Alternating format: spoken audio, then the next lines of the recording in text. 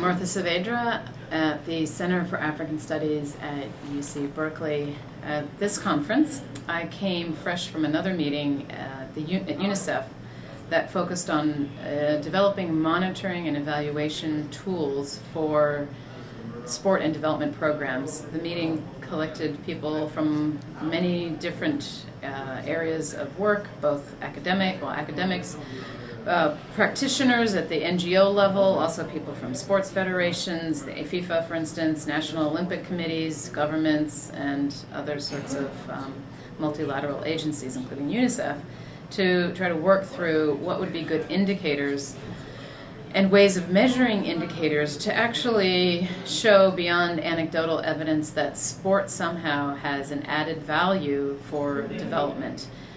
This is driven by the UN's focus on the Millennium Development Goals that they've adopted, and sport isn't a specific goal there, but with donors, both or project managers or anybody that's focusing on development, a person that's interested in sport really needs, with limited resources, to show that sport that does have an added value. So this meeting was to try to figure out ways of coming up with indicators or the evidence that actually shows in what context, under what conditions, with what circumstances, inputs, outputs, process, that sport can actually work to achieve various developmental goals.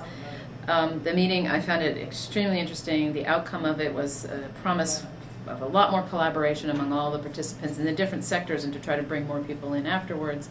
UNICEF will also serve to facilitate that collaboration. There's a couple of websites already up bringing together these various areas. So for me, that was a very positive thing. What is sort of just standing back as an observer of this process, it was good to see the collaboration, and that people who perhaps should have been talking to each other hadn't previously, but now will be, and we hope that that's will continue to happen. Although that one always knows that in the world there are people that should be talking to each other that aren't.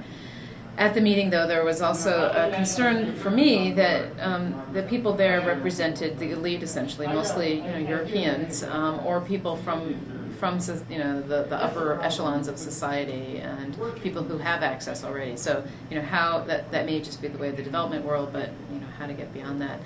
And of course, the process of coming up with particularly quantitative measures to show that you actually do have added value for sport may be very elusive and difficult to get at. And so that was one of the tough issues of how to actually move forward and come to some evidence base that goes, again, just simply beyond the anecdotes, to show that sport is effective, if it is effective. And I guess that's still a big if it is effective.